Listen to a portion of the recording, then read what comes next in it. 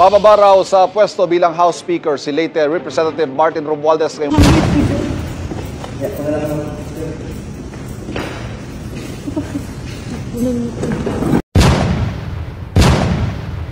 Lumayas na ang pinakamalaking buhaya sa Kongreso. Ang Peking Panginoon ay iiwanan na ang kanyang mga alipures diyan sa House of Crocodile Farm. Pambihira, bistado ang mga jet ni Martin Romualdez at ni Saldico. My God, multi-million dollar ang halaga ng mga jet na ito. Nag-alsabalutan na po kagabi itong si Martin Romualdez. At ngayong araw nakatakdang palitan na po ito dahil mag-resign na daw siya. Abay, awards. Nahiya rin yung makapal na balat ng buhayang ito. At ang ipapalit, ayan si D ang apelido. Mamaya pag-usapan po natin, pa-like muna, pa-share, pa-subscribe at pakipindot po ang inyong notification bell upang lagi po tayong updated sa ating mga video. Nahiya rin ang animal na buhaya. Dinapuan din ng hiya yung makapal na balat ng buhayang ito, pero hindi ho papayag tayo na hanggang resign lang po. Kailangan makulong ang buang, kailangan managot, ibalik yung mga pirang kinulimbat niya, kinurakot niya. Kailangan po yun Balita po kasi natin na lumayas na daw ang buang Tumakas na, nilayasan na ang mga Pilipino. Nilayasan na ng marka-demonyong buhayang ito. Pero pakinggan po muna natin ang balitang ito kasi kagahapon nga nag-umpisa yung mga balita-balita na si Martin Romualdez ay pinatawag daw sa Malacanang dahil mag-resign na daw dahil pagod na ang buang sa pagnanakaw. Panoorin natin balitang ito. Is he on his way out? Tumitindi ang usapang papalitan na daw si House Speaker Martin Romualdez.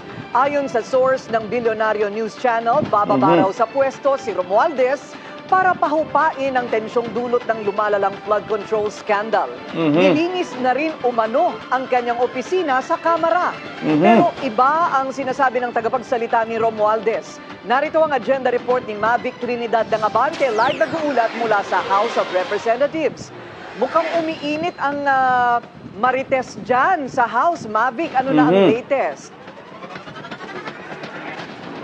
Corina, tila walang katapusang pag-ugong ng mga balitang pagpapatalsik kay House Speaker Martin Romualdez.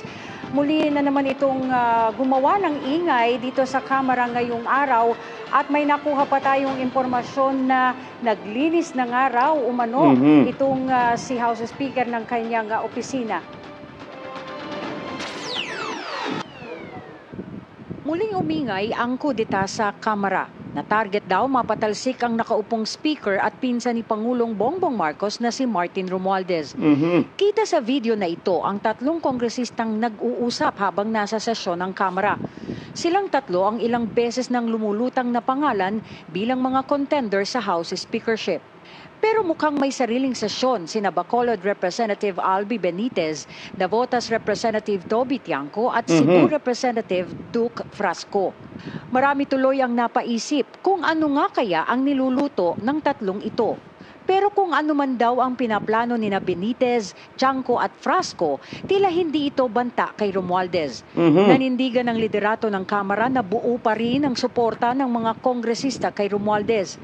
Sabi ng dating congressman at ngayon tagapagsalita ni Speaker na si Robert Ace Barbers, 70% ng Kamara ang nasa panig pa rin ni Romualdez. Paano ka naman at bakit ka naman magre-resign kung 90% o mahigit 90% ng kasamahan mo sa Kongreso ay sumusuporta sa iyo, di ba? Pangalawa, anong dahilan para bumaba?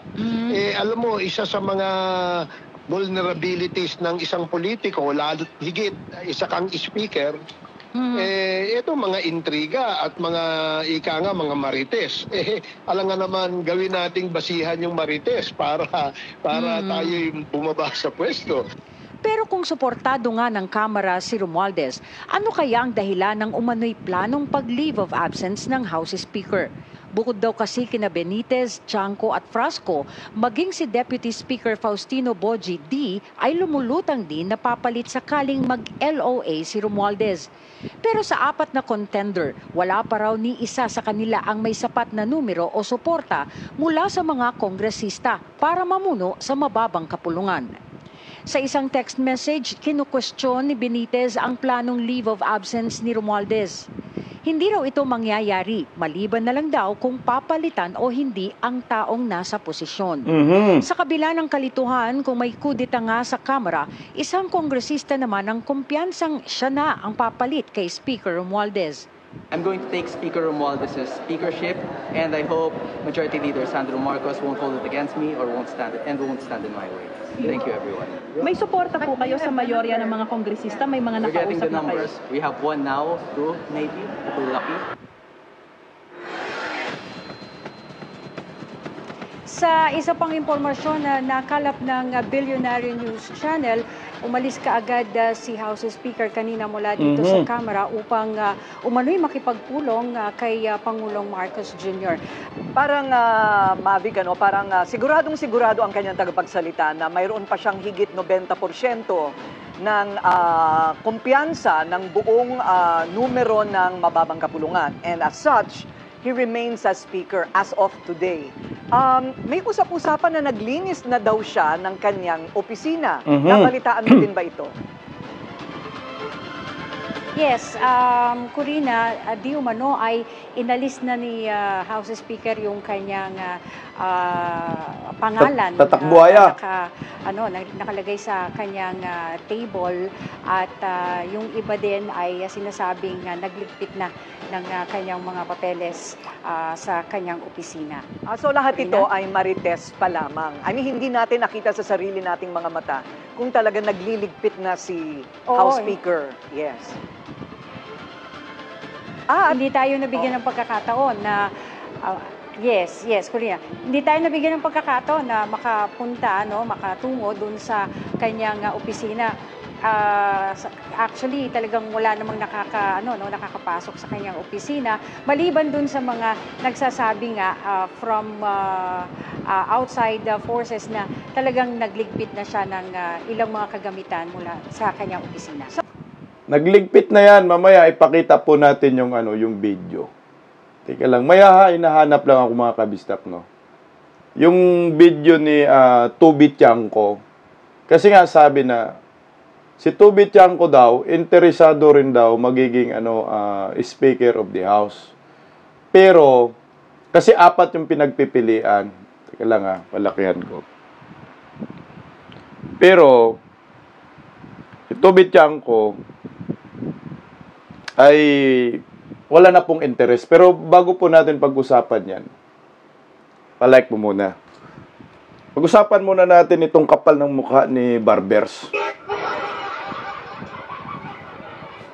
Kawawa naman tong taong ito, kababayan ko pa naman. Hindi pa tumagal sa kanyang posisyon ngayon Wala pang 1 linggo. Minalas ang buang Sabi niya, ano daw reason? Bakit mag-resign 90% di umano na mga kongresista ay suportado si Martin Romualdez? Putang ina Barbers, bulag ka ba? Putang ina yung tao, kawatan na kawatan Hindi mo alam anong reason? Sandamakmak na korupsyon, sandamakmak na insertion. Ang nangyayari sa budget, ginagawang tangingot ang mga Pilipino. Ang problema nga dito itong mga kakampi ni Martin Romualdez lahat ito may mga busal. Dapat lahat ng mga kakampi ni Martin Romualdez ay ipatawag din po ito sa Senado. Imbestigahan dahil sila din nakakaalam. Mayroong mga kickback ang mga buang na yan. Kumita yan ng bilyon-bilyon under Marcos admin sa pamumuno ni Martin Romualdez diyan sa Kongreso. Maniwala ho kayo sa akin. Hindi naman yan dada ng dada, yung mga buang na yan, kung walang kung hindi naghakot yan ng milyon-milyon, bilyon-bilyon. Mantakin mo ha. Tapos na ang kanyang termino. Di na siya kongresista. Pero hayan talagang pinilit, no? Pinilit ang sarili makabalik sa kongreso para lamang kay Martin Romualdez. At denial pa siya na di umano ay hindi magre-resign. Wala kang magawa, Barbers. Yung tagapagsalita mo, na yung trabaho mo bilang isang tagapagsalita, hindi umabot ng 1 linggo. Ngayon, ang payo ko sa'yo, kung may alam ka sa panggahasa sa kaban ng bayan ni Martin Romualdez, kumanta ka na, maawa ka sa bayan. Surigao del Norte, kahirap-hirap, except sa Siargao. Sa Siargao, puno ng mga turista. No? Pero yung probinsya natin sa Surigao del Norte, yung syudad, Surigao City, ganun pa rin. Walang pag-aasinso. Ang umaasinso dyan, mga barbers. Ngayon, naghakot na naman ng pera tong mga buang. Tanggapin nyo na itong si Martin Romualdez ang may utak at si Saldico sa lahat ng korupsyon na nangyayari sa ating bayan. Walang Saldico kung walang Martin Romualdez. At walang Romualdez kung walang Marcos. Yan ang totoo. Na hindi dapat tayo hihinto ng sisi at hindi dapat tayo hinto ng pananagutan kay Saldico, Martin Romualdez. Iakyat natin sa taas kasama si Bongbong Marcos.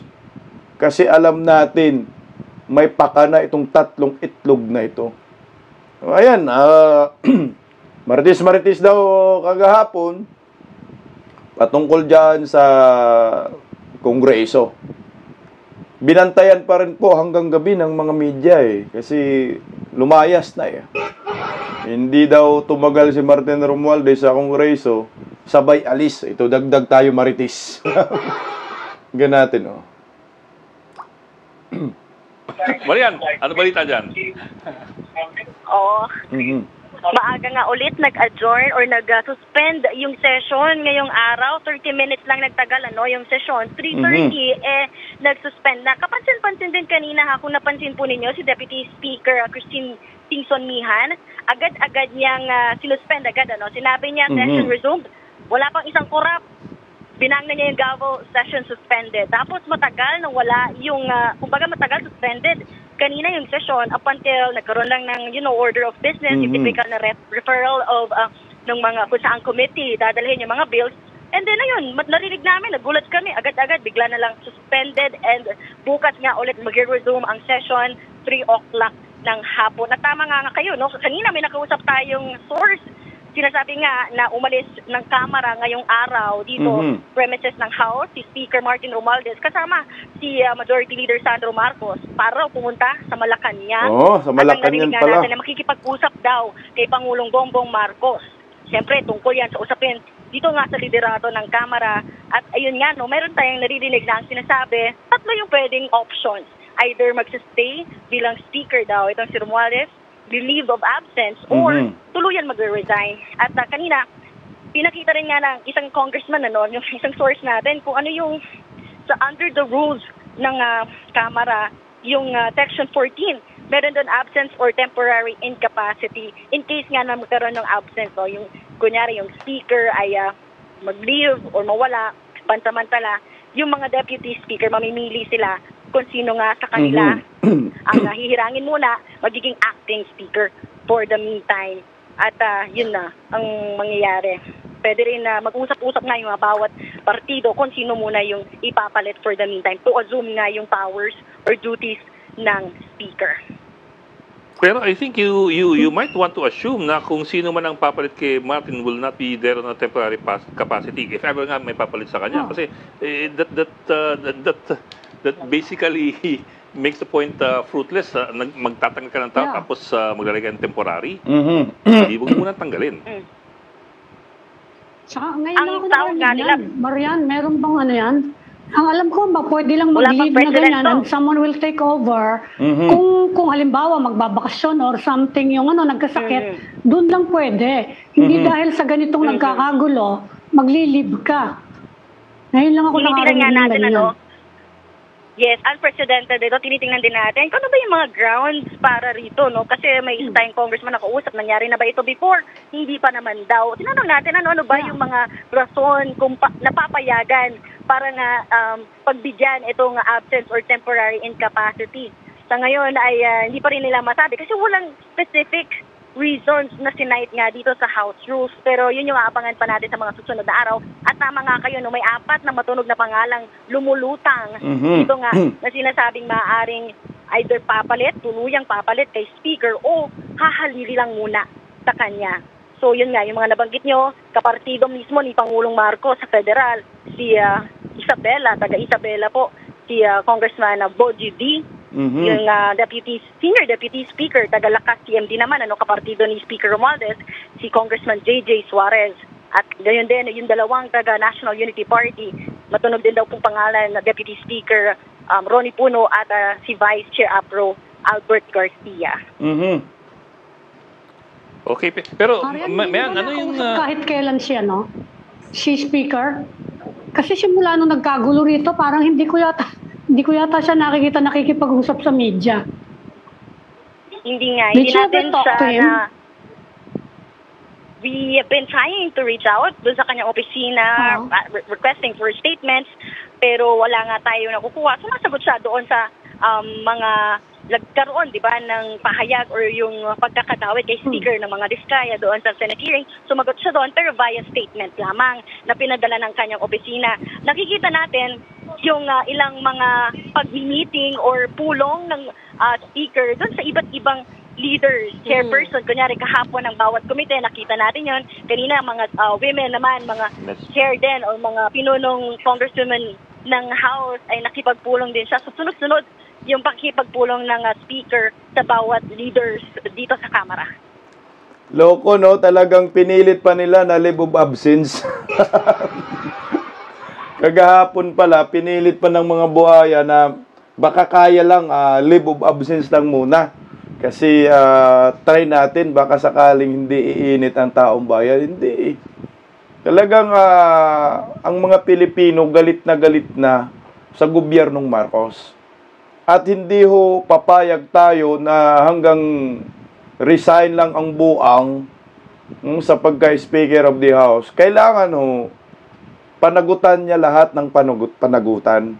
Hindi ho po pwede na tayong mga Pilipino ay papayag lang sa ganaon. Tingnan mo yung Nepal, tingnan mo ang Indonesia. Di ba ho? Pinalitan nila yung gobyerno nila dahil sa mga kawatan. Tayo pa kaya? Problema lang sa ating mga Pilipino, masyadong divided talaga tayo. Itong rally sa Lunita, sa September 21, wala, naluan ng mga komunista eh. Kala ko ba yung nananawagan ay hip-hop community. May kumupal, may umipal mga dilawan, mga komunista pinklawan. Kaya nag-iisip patuloy ako sa Lunita kung pupunta ho ako. Pero yung unang panawagan kasi nila ay wala daw kulay-kulay. Good news kasi ang maisog ay magliwasang Bonifacio. Baka magliwasang Bonifacio po ako kasi pag maglunita tayo, baka magpang-abot tayo ng mga pinklawan-dilawan, baka masapok pa natin. Ang kanilang panawagan, panagutin Duterte. Walang kwenta eh. Ang issue natin ngayon, ito, si Martin Romualdez Saldico Marcos. Ito yung issue. Huwag po tayo malihis nang tutumbukin. Ang tinutumbok natin, itong Marcos admin. Putsa, hindi naman Duterte ngayon Bakit dinadali ang mga Duterte at dinadamay nila? At ang dapat managot ngayon, itong magpinsan Martin Romualdez at Marcos. O ayan para magkaiba yung magkaiba yung marites ng bilyonaryo at marites ng One News. Kasi iba yung seat ng nakikita natin yung papalit kay ang pareho lang si Boji Day. So yung ibang seat wala. O ito, si Toby Chanco, 'di ba matunog din yan na papalit kay Martin Romualdez. Hindi na daw siya interesado sa pagka-speakership na papalit kay Tambaluslos. Sana kayo, Tobichan, kung may nalalaman kayo dyan, magsama-sama kayo, kasama si Kiko Barsaga, hanapan nyo po ng matinding ebidensya na magpaturo dito kay Martin Romualdez sa lahat ng katarantaduhang ginawa ho niya. Pero meron naman na Maghahanap na lang talaga ng tao na matapang-tapang na magsampa ng kaso na plunder itong si Martin Romualdez, yung gaat tinarantado. Ang na lang natin dito, pagdasal na lang natin dito, alam kung si Saldico kakanta, si Kimbo kakanta, si Manix kakanta.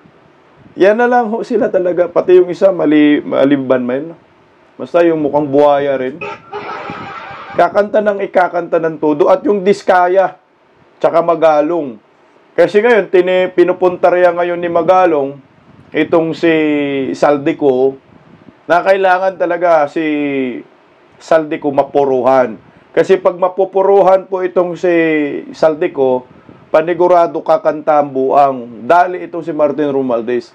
Pag madali si Martin Romualdez, panigurado dali din itong si Bongbong Marcos. Kasi sa nakikita natin, pinapatakas na po itong si Martin Romualdez Pinapatakas na to papuntang Amerika na to. Putsang ina, may mga jet plane. Mamaya, pag-usapan natin yung jet plane. Pag-usapan muna natin si Mayor Magalong kasi nabanggit naman ako natin na kasi alam natin si Mayor Magalong mainit kay Saldico. Ang problema si Saldico nasa Amerika na. Pakinggan natin itong si Mayor Magalong bago si Toby Chanko.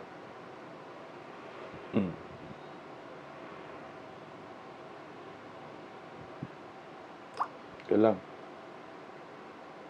Patas na investigasyon ang pangako ni Baguio City Mayor Benjamin Magalong sa flood control scandal. Sa kabila ito ng pagbansag sa kanya ng ilan bilang kaalyado ni dating Pangulong Duterte. Narito ang agenda report ng ating kasamang si Pinky Webb. Trabaho agad ang Independent Commission for Infrastructure o ICI isang araw matapos ang kanilang oath-taking. Pinulong nila ang isang team na pinadala ni DPWH Secretary Vince Dizon para idetalye ang mga proyekto ng ahensya. Naroon ang pinuno ng independent body na si retired Supreme Court Associate Justice Andres Reyes Jr. at mga miyembro nito na sina former DPWH Secretary Rogelio Singson at SGV and Company Country Managing Partner Rosana Fajardo. Wala ang special advisor na si Baguio City Mayor Benjamin Magalong dahil may ininspeksyon siya sa La Union kasama si Vince Dizon. Pero sa on point ng Billionario News Channel, may mensahe si Magalong sa mga nangangamba kung magiging patas ang ICI. Just watch us. Bilang dating CIDG chief, una na ring inimbestigahan ng opisyal ang 2015 Mama Sapano Massacre kung saan 44 na SAF commandos ang nasawi.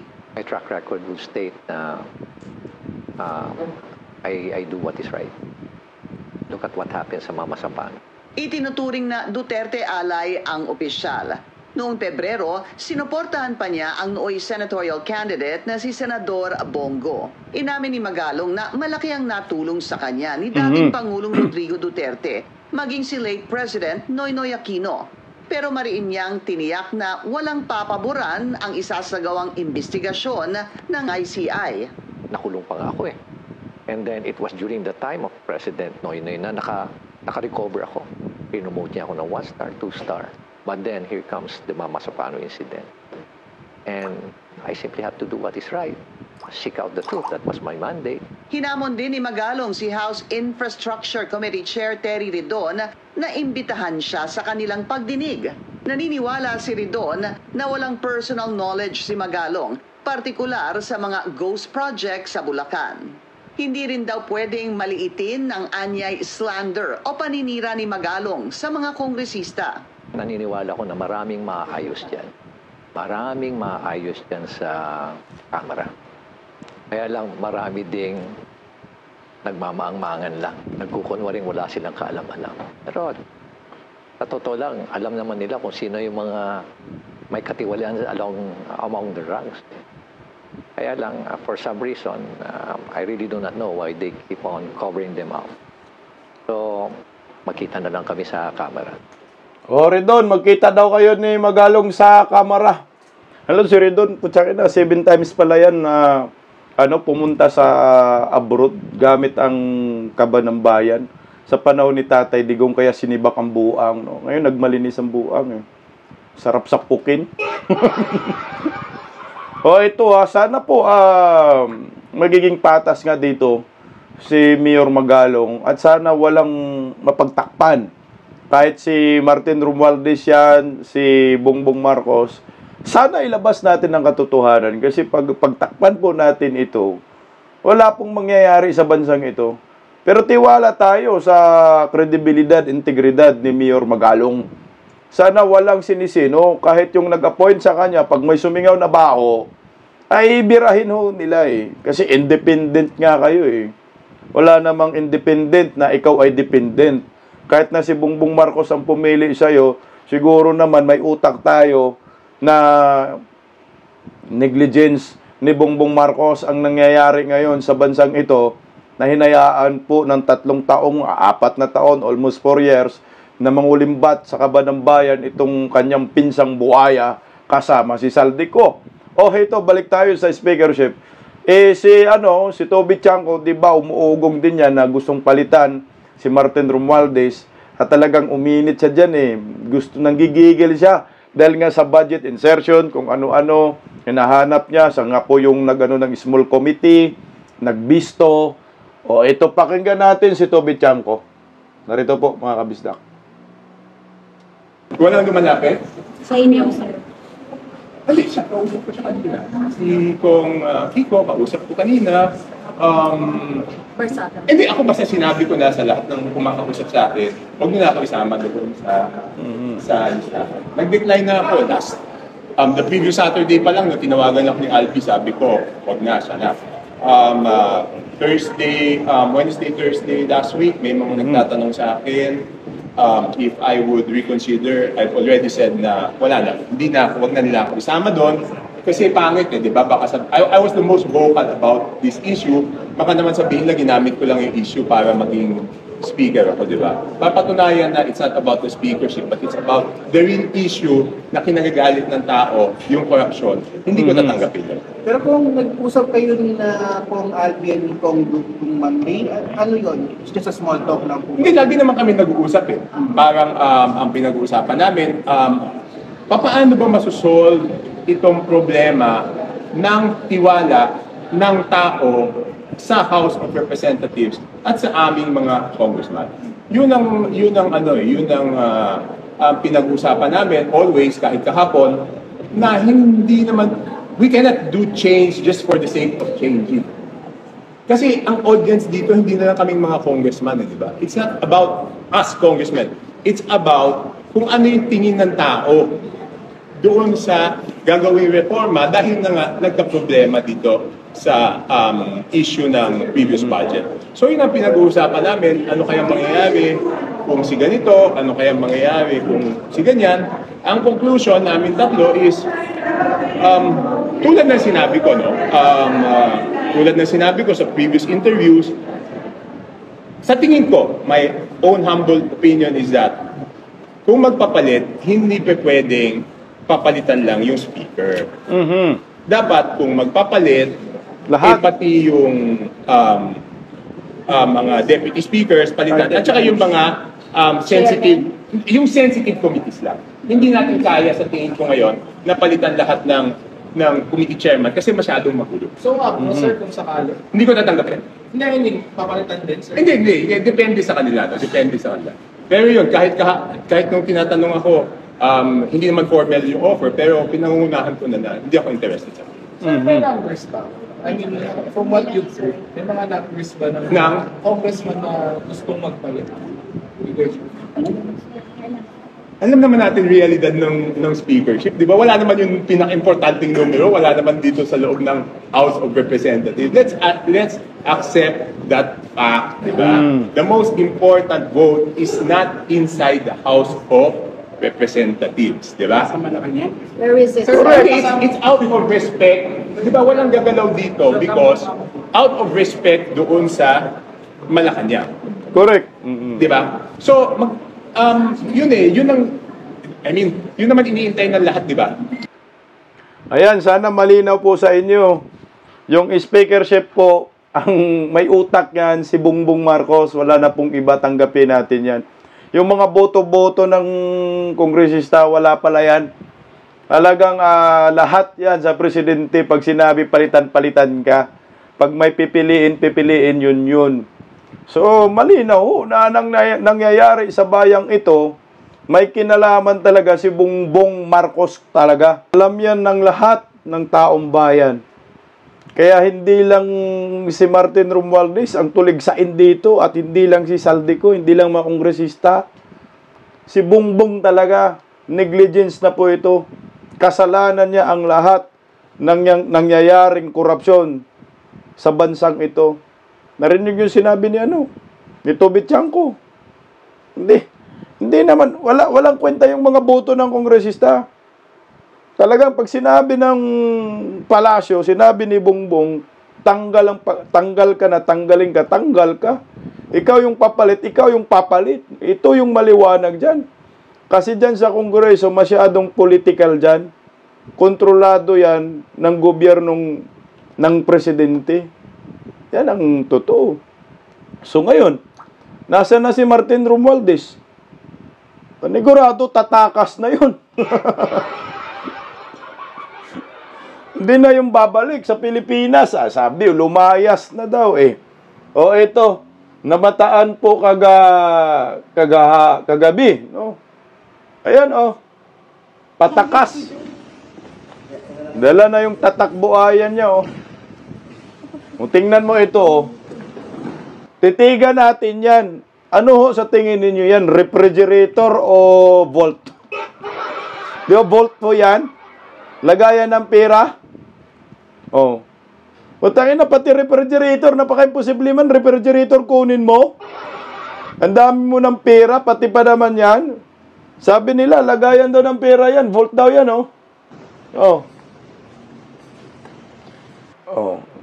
Sabi, ano daw, refrigerator.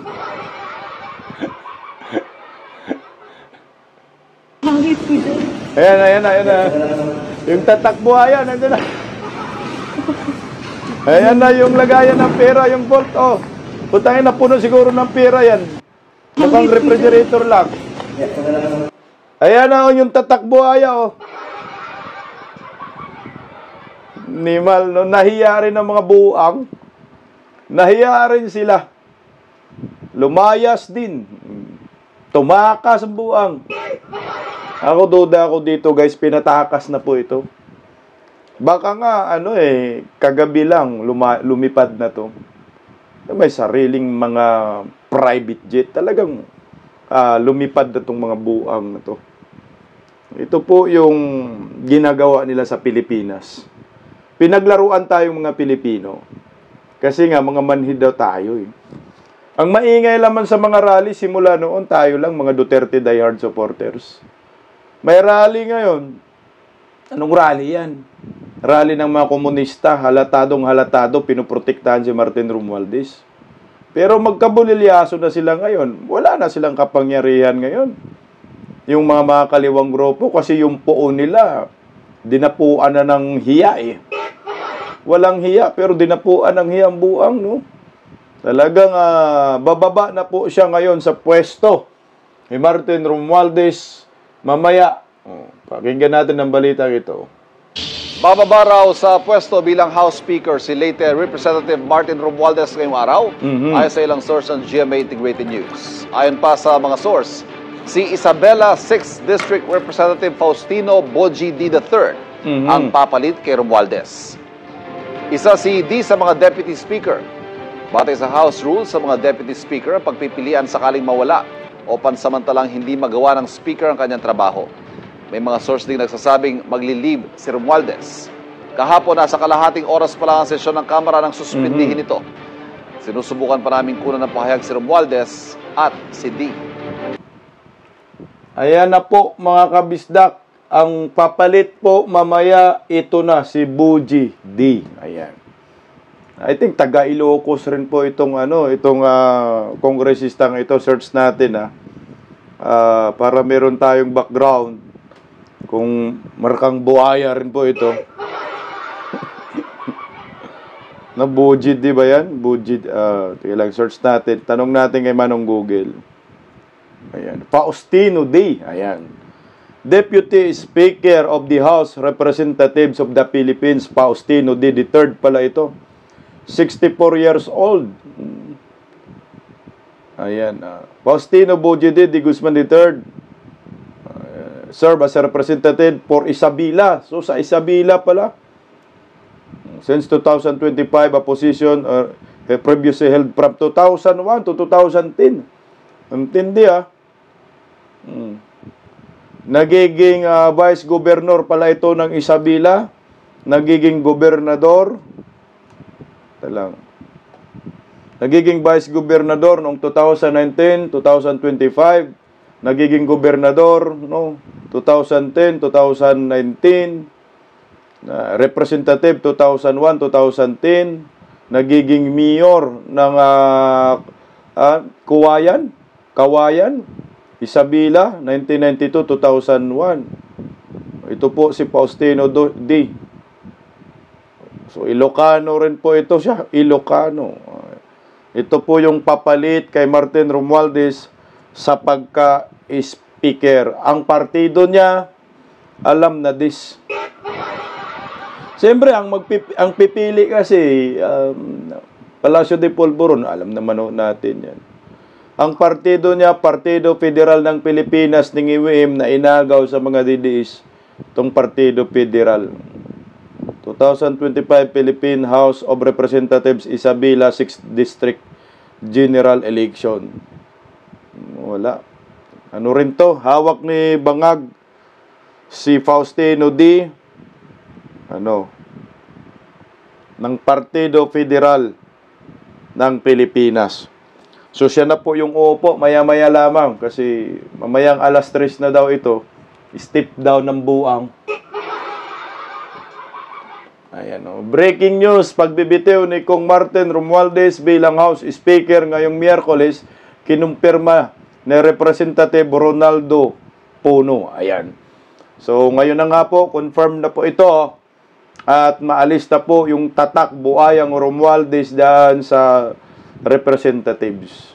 Alam nyo po, kahit anong gawin ho ninyo, palitan man ho ninyo itong si Martin Romualdez sa pagkabuaya, hindi na po mawawala sa mga Pilipino ang kawalang hiya ang ginawa niya na dapat managot si Martin Romualdez. Bago natin pag-usapan yung mga nabistong mga eroplano, private jet ni Martin Romualdez at ni Saldico, hindi po na mapipigilan ng gobyernong Marcos ang galit ng taong bayan. Hindi na po mapipigilan yan. Tuloy-tuloy na po yan. Kaya ngayon, yung mga kapulisan, wala na rin silang magawa, kundi hayaan po ang taong bayan kasi alam nyo, kahit umalis sa pwesto itong buang na ito, ninakawan na tayo. Inubos na yung pera. Kaya sa ayaw sa gusto ni Bongbong Marcos, namnamin niya ang galit ng taong bayan, yung rally na kaliwat kanan. Total, yung pinsan niya na makapal ang muka, dinapuan naman na ng hiya. Bakit ayaw mo na rin ding gayahin? Mag-resign ka na rin. O pakinggan natin mga kaliwat ka ng rally. Painit ng painit ang mga protesta kontra korupsyon habang palalim ng palalim ang investigasyon sa flood control scandal. Kaya naman ang PNP abalang-abala na sa pagsigurong magiging mapayapa ang mga pagkilos. Yan ang agenda report ni Francis Folve. Naiintindihan daw ni Acting PNP Chief Jose Melencio Nartates Jr. ang galit ng taong bayan sa flood control scandal. At isang legitimate exercise of democracy, anya, ang mga protesta na dapat galangin. Kasado na ang malawakang rally sa September 21. Kasado na rin ang ilalatag na seguridad ng PNP. Makikipag-usap raw sila sa mga organizer para matiyak ang kapayapaan at kaayusan. Wala naman daw nakikitang banta, pero sinisiguro ni General Nartates na sapat ang bilang ng mga pulis na ipapakalat sa mga lugar na pagdarausan ng mga demonstrasyon. May pakiusap rin si Nartates sa mga rallyista, huwag ituring na kaaway ang inyong kapulisan at sa halip ay makipagtulungan sa kanila. Para sa Agenda, Francis Polbe, Billionario News Channel. Teka lang. Alam niyo, no, wala namang problema talaga sa mga kapulisan yung rally. Okay naman yan. Basta hindi lang talaga manakit. Ang masaklap nito, yung mga komunista, sanay manakit ng kapulisan. Na tayo naman, mga supporters ni Tatay Digong, hindi tayo sanay sa ganun na basagan ng mukha, no? Makipagtulakan, hindi tayo sanay sa ganun. Kumbaga, ang kinasanayan natin ay sumunod sa batas. Kaya ako nag-alala rin ako kung pupunta tayo sa Luneta, tapos yung makasama natin doon mga komunista, baka madamay lang tayo sa kanilang hidden agenda. No? Pero ngayon po, September 21, confirmed na po ito, Liwasang Bonifacio Maisog. Nag-post naman na sila, so malamang doon tayo. Pero yung sa 21 September na, 'di ba, merong panawagan din Partido Reforma Pilipinas ba 'yon? Nauna na po sila nag-schedule sa EDSA People Power Monument. Kaso ang problema, may mga umipal, mga kaliwa, yung EDSA Sarain at EDSA People Power Monument, ino-occupy nila. Kaya nag-withdraw na lang sila ni Vivian. So, dito na lang tayo sa Liwasang Bonifacio. Tayo yung mga matitino sa Liwasang Bonifacio. Total, medyo malapit-lapit sa Malacanang Wala na, tuloy-tuloy na po itong galit. Sabi ko sa inyo, kahit yan sipain yan si Martin Romualdez, hindi na ito mapigilan. Tuloy Wala ring nakikitang banta sa seguridad ang AFP sa napipintong kilos protesta kontra korupsyon sa September 21. Pero sakaling magkaroon daw ng aberya, mayroon naman daw silang nakalatag na contingency plan. Nasa red alert ang AFP pero wala raw dapat ipangamba ang publiko dahil standard security protocol lamang ito. So pag may mga ganitong insidente, layunin nito is to pool our personnel, to be able to stand ready for any eventuality. So this is not to sow any panic, but sa amin sa Sandatahang Lakas ng Pilipinas, internal yon para sa amin, para kami naman ay maging handa for any eventuality. Ang primary pa rin po dito as the Philippine National Police and the Armed Forces of the Philippines plays a supporting role sa peace and order.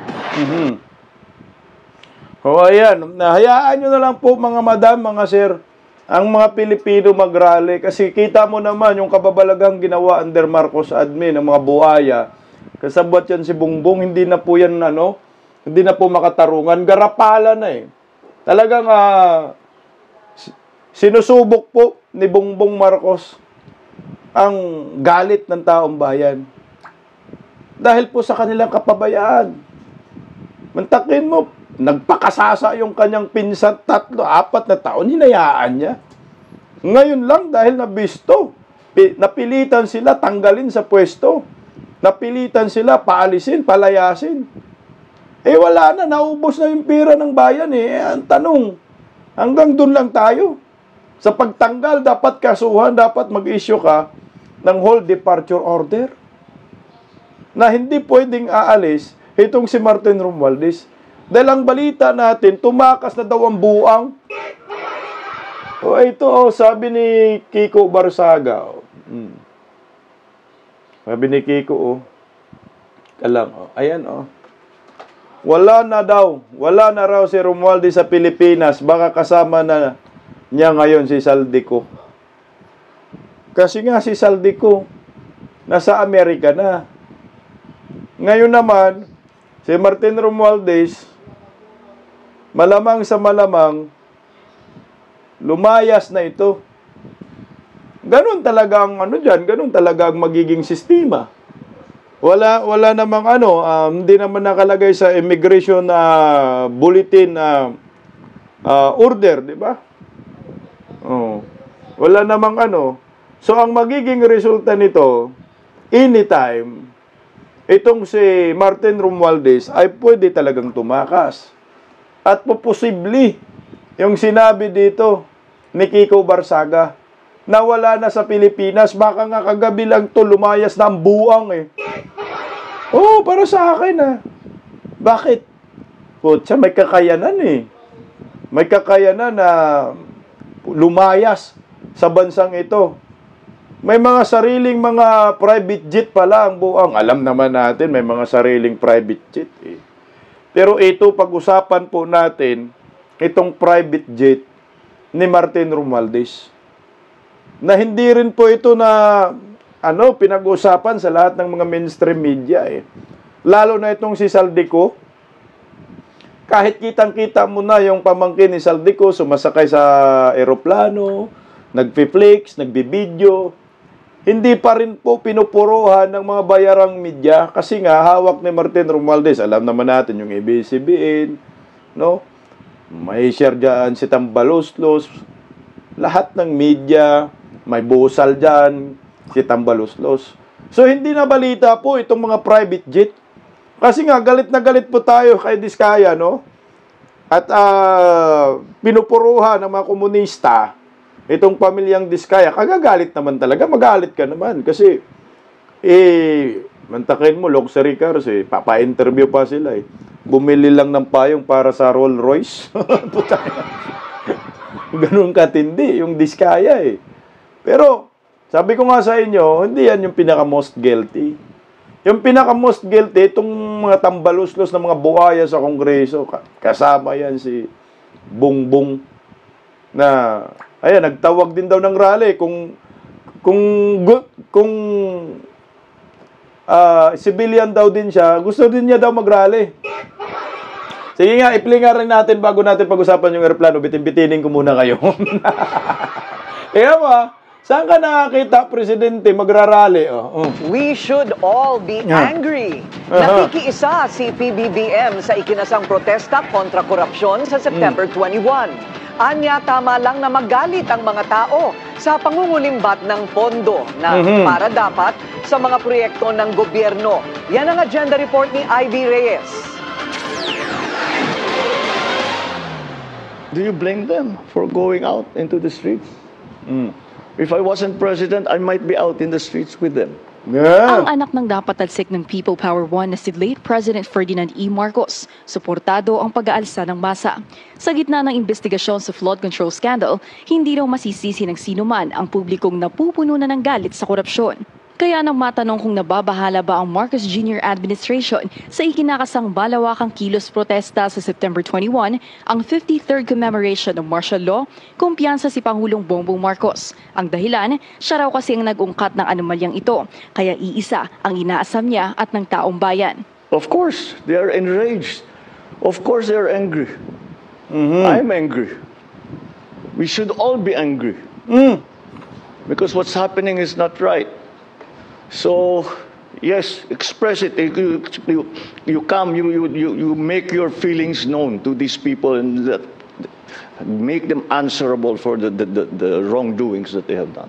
Walang mali sa paniningil ng hustisya, lalo na sa anyay mga balasubas na nagbubulsa ng pera ng bayan. Bagamat kaisa ang Pangulo sa paghingi ng accountability sa mga salarin, dapat daw manatiling mapayapa ang mga pagkilos. Kung hindi, mapipilitan daw ang pulis na manghimasok para mapanatili ang peace and order sa September 21. Sinabi ito ng Pangulo nang italaga niya si retired Justice Andres Reyes Jr. bilang chairperson ng Independent Commission for Infrastructure o ICI. Appointee rin ni former President Rodrigo Duterte si Reyes sa Korte Suprema noong 2017. Sa kabila ng haka-haka kay Baguio City Mayor Benjamin Magalong bilang Special Advisor, depensa ng Pangulo, natural na investigador si Magalong kaya't siya ang napili nito para sa komisyon. Nagsilbi si Magalong sa Criminal Investigation and Detection Group na PNP bago pamunuan ng investigasyon sa Mama Sapano incident noong 2015. Inulit din ng Pangulo ang kanyang pangako na walang makakalusot sa ICI kahit pa ang pinsan niyang si House Speaker Martin Romualdez. Ani PBBM, hindi kasi maniniwala ang tao kung hindi mo gagawin. Kaya't ang banta nito, no one will be spared. Ang yabang, no? I'm angry daw. No one would be spared. Lol. Alam nyo ho, itong si Bongbong, talagang ano yan, budol-budol yan, scammer yan. Yung mga sinasabi niya, huwag nyo pong paniwalaan kasi mabibiktima lang kayo ng kasinungalingan. Ngayon, sabi niya, mag-rally kayo. Kahit na ako, kung hindi ako presidente, magra-rally din po ako. Oh. Panagutin daw si Martin Romualdez, los-los nyo. Alam nyo ho, drawing lang yan. Yan naghuhugas ng kamay, nagtuturo, naghanap ng masisisi. Lalong magagalit ang taong bayan dito. Balik tayo doon sa private jet ni Saldico at Martin Romualdez. Hindi po ito napag-usapan sa media. Buti na lang merong bago ngayon, bilyonaryo. Alam yan ang taong bayan, may mga private jet itong si Martin Romualdez at Saldico. Alam natin yan eh. Nagkulang lang ng information dissemination itong mga mainstream media. Kasi kung galit kayo sa mga diskaya, sabi ko nga nung una, nagagalit kayo dahil sa mga sasakyan. Mas matindi po itong eroplano, private jet, na posible hindi po kayo magagalit. Ito pinost po iyan ng Abante. Abante, no? Ayan. So, na-research ko, nahanap ko yung sinabi ng Abante. Mga jet chopper ni na Romualdez Saldico, sinipat ng Malacanang. Sinipat. Parang, hinanap, no? Parang nakita, o parang sinipat. Parang sinipat. Sinipat ng Malacanang. Ilang? Tiningnan, tama, sinipat. Tiningnan daw ng Malacanang ang chopper ni Martin Romualdez at Saldico. Yari kayo ngayon dahil ito ay totoo.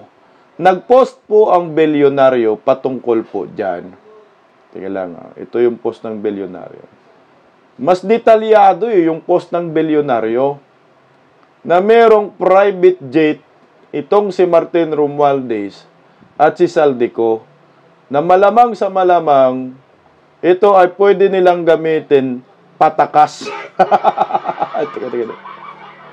Mali yan. Mali yung si Saldico, wala naman na, di ba?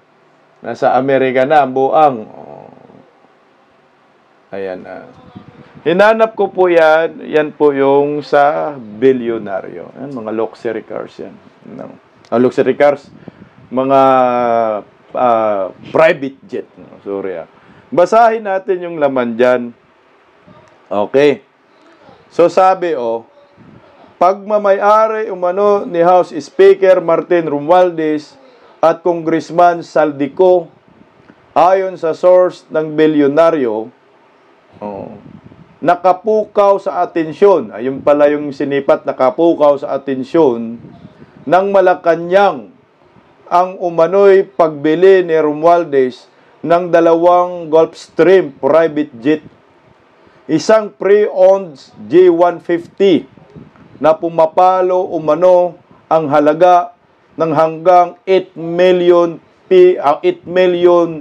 US dollar. 8 million US dollar. Magkano yan sa piso? Putsak yun, At isang G550, dalawa, na umabot naman ng 35 million US dollars. Binili umano ni Romualdez ang mga ito mula sa ultra-bilyonaryong si Luciutan. So dapat si Luciutan kumanta rin dito na hanggang ngayon ay nakapark pa rin umano sa hangar ng negosyante. Samantala, sa kaso ni Ko, sinimulan na umano nitong ilipat sa labas ng bansa ang kanyang fleet ng mga mamahaling jet at chopper bago pa man ang crackdown sa mga individual na sangkot sa flood control scam. Batay sa mga dokumento, nakuha rin ng source ang Misibis Aviation and Development Corp na pag-aari umano ni Ko ay nagsimula ng iproseso ang pag-deregister ng kanilang fleet lalo na ang Gulfstream G350 na nagkakalaga ng 36 million US dollar. Oy, kumbaga, ano na, inililipat na ang pangalan nito. Dahan-dahan ng mga buang. Yeah, words nakuha umano, teka lang, tama? Sa liham ng chief pilot ng Misibis Aviation na si Captain Elvidio Palaganas sa Civil Aviation Authority of the Philippines noong Agosto 18, humiling ng major modification of the export certificate or of airworthiness under the registration of the certificate of registration para sa G350. Pucha, ililipat na sa ibang pangalan. Nakuha umano ng Misibis Aviation ang G350 tail number RPCX C8575 noong Hunyo 2024. Pucha, last year lang 2024, nakabili na ng private jet ang buang. Ang naturang jet ay 18 taon na at dati nang ginagamit ng AJA's executive jet shares US Gulf Aero Asian at isang hindi pinangalan ng Philippine operator. Pinamunuan umano ang aircraft leasing business ng anak ni Ko na si Michael Elisco at ang G350 ang nag-iisang business jet sa kanilang fleet ayon pa sa ulat ng bilyonaryo. Samantala, nakakuha rin ang source ng bilyonaryo ng mga larawan ng 5 pang private jets at 5 luxury bill helicopter sa ilalim ng Misibis Aviation. Puta, ang daming mga helicopter, no? Ginagamit umano ang mga helicopter para sa mga bisita papunta sa 5 ektaryang Misibis Luxury Resort Nico sa Albay. Grabe. Mga helicopter pa. O ito, ipakita po natin ito ay sa bilyonaryo po ito Ito yung mga jet ni yan, ni Saldico, mga helicopter. Yung sa taas, yung pula, yun yung nabanggit dito. Yung sa taas. Pero sa kanya pala lahat yan. Ito yan, may mga helicopter. Sus ko, Ginoo. Matindi ng kagaguhan, ginago po tayong lahat. Tignan mo. Dapat makulong ang mga buang na ito. Ganun po tayo ginago. Ngayon itong naman kay dalawa itong kay Dalawa itong kay Martin Romualdez. Gulfstream private jet G150 at G550. So yung G150 naka-park pa daw yun Pero bibigyan natin ng parang kasi 8-seaters pala yan Yan yung G150. Ganyan po kalaki yung yung eroplano na yan. Teka lang The Gulfstream G150 is a twin-engine, mid-size business jet manufactured Gulfstream from 2005-2017.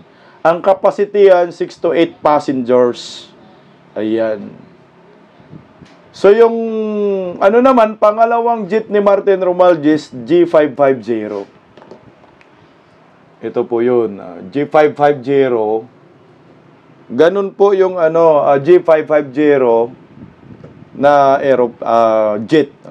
The Gulfstream G550 is an ultra-long-range, large cabin business jet known for its luxurious interior, advanced cockpit technology, and intercontinental flight capabilities, an enhanced version of Gulfstream 5. It was produced from 2003 until 2021. Engine and speed powered by 2 Rolls-Royce. Ang layo ng Rolls-Royce ni Diskaya dito sa mga jet ni Martin Romualdez at ni Saldico. Ngayon, ang tanong po dito, taong bayan, papayag lang ba tayo? Ito po yung kay Saldico lagi ginagamit na bilyonaryo. Papayag lang ba tayo ng hanggang resign lang ang gagawin ni Martin Romualdez? Dahil para sa akin, putya, nagkabili ng mga jet, may sariling aviation, itong mga buang na ito, dahil po sa kaban ng bayan, dahil po sa mga taxpayer. Dapat makulong itong mga tumatakas na mga salarin sa pagnanakaw sa kaban ng bayan. Paggising sa umaga, tanghali at gabi, nakikita ko ang post niya, ang hapdi. Paano nga ba to? Di ako makatanggi. Watch ko na lang at isipin ng mabuti. Bisdak Pilipinas. Bisdak, tinig ng katotohanan. Sa bawat vlog may laban sa kasinungalingan. Mulat ang mata, gising ang masa. Bisdak Pilipinas, para sa bayan, gumigising sa diwa. Sa likod ng kamera, tapang ang dala, walang sinasanto kung mali ang gawa. Hinay-hinay, pero palaban. Boses ng tao sa digital na labanan. Bisdak, tinig ng katotohanan. Sa bawat vlog may laban sa kasinungalingan. Mulat ang mata, gising ang masa. Bisdak Pilipinas, para sa bayan, gumigising sa diwa.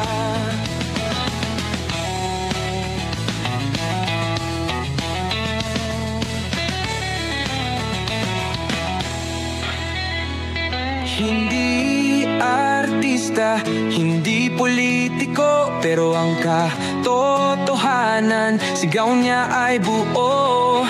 Sa YouTube o Facebook man siya makita, may aral ka pa rin, may uwi sa bawat salita. Bisdak, gising sa katotohanan, di lang kwento, kundi panawagan. Sa bawat Pilipinong naghahanap ng liwanag, Bisdak Pilipinas, kasama sa pagbangon ng bayan. Bisdak Pilipinas, boses ng masa, gising ang diwa. Sa vlog mo, may pag-asa.